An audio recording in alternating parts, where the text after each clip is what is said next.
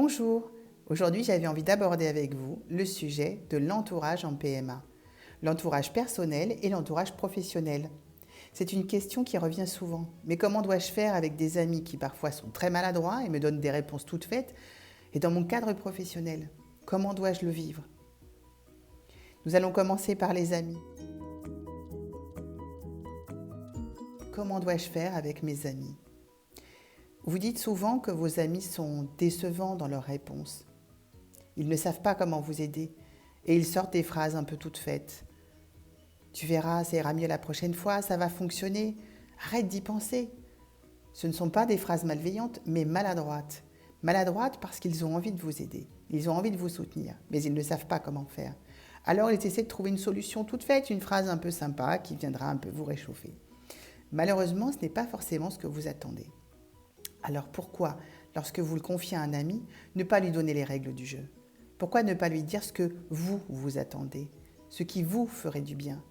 Peut-être de leur dire que parfois ce n'est pas le moment d'en parler, vous n'êtes pas du tout disponible, et que parfois c'est le moment et que vous avez envie de discuter avec eux, mais sans attendre forcément une réponse toute faite.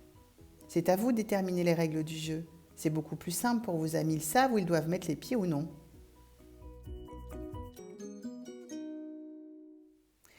L'entourage professionnel, c'est une autre question, car tout va dépendre de l'entreprise dans laquelle vous êtes. Parfois, certains entendent PMA égale bébé égale souci, car derrière, il va y avoir un congé maternité. Donc ce n'est pas forcément très simple. Il ne s'agit pas de le dire à toute l'entreprise. Peut-être d'en discuter avec vos managers si vous sentez qu'ils peuvent être réceptifs et que cela ne vous portera pas préjudice. Il est fort difficile de parler de sa situation, surtout dans ce cadre-là qui n'a rien de personnel. Mais cela peut aussi vous simplifier la tâche, peut aussi expliquer vos absences, ou parfois vos manques de motivation, ou parfois votre état un peu triste ou dépressif. À vous de juger à qui vous devez le dire, à vous de juger comment vous devez le dire.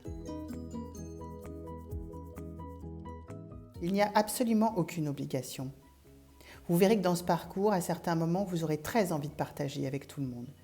Et à certains autres moments, vous aurez envie de vous extraire de ce monde. Pourquoi ne pas tout simplement vous autoriser à suivre votre instinct? Est-il interdit de refuser un dîner ou une soirée juste parce qu'on ne se sent pas d'y aller, parce qu'il y a peut-être trop d'enfants ou que vous n'êtes pas du tout d'humeur à partager? Personne ne vous en voudra d'être absent une fois. Personne ne vous en voudra de vous extraire du monde. C'est peut-être mieux pour vous de vous protéger, vous recentrer sur vous pour ensuite revenir mieux vers les autres. Ne vous sentez pas obligé d'être dans votre état habituel, mais écoutez ce que vous ressentez. Certaines fois, vous n'aurez absolument pas envie d'aller voir du monde, et d'autres fois, vous aurez envie de vous noyer avec eux. Écoutez-vous. C'est peut-être là un des secrets. Faites-vous confiance. Il n'y a pas d'obligation de faire les choses.